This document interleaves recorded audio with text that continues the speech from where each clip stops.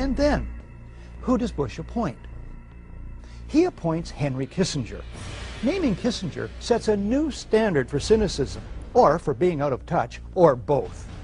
A New York Times editorial suggests the choice was to contain an investigation the White House long opposed.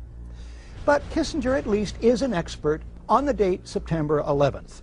It was on that day in 1973 that the CIA-assisted overthrow of the democratically elected government of Chile takes place, masterminded by Kissinger for Richard Nixon. President Salvador Allende is murdered. After a universal backlash, Kissinger backs off.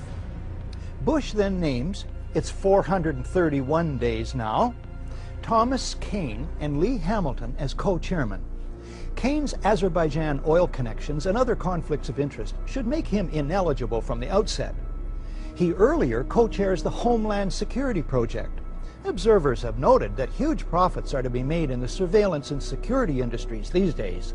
The White House chooses all the commissioners. Lynn calls them key insiders rife with conflicts of interest.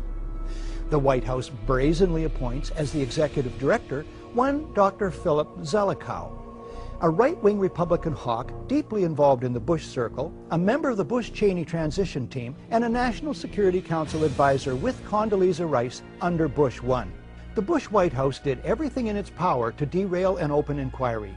Then, when faced with its inevitability, the president and his aides sought to limit its scope, its access, and its funding.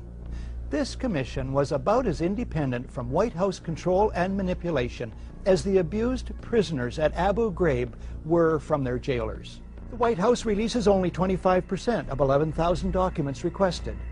It blacks out portions of the released documents, resists requests that the administration officials testify under oath, and tries to rush the commission's deadline. Bush and Cheney meet the commission.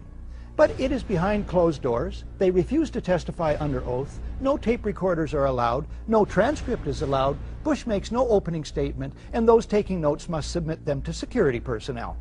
My administration will not talk about how we gather intelligence, if we gather intelligence, and what the intelligence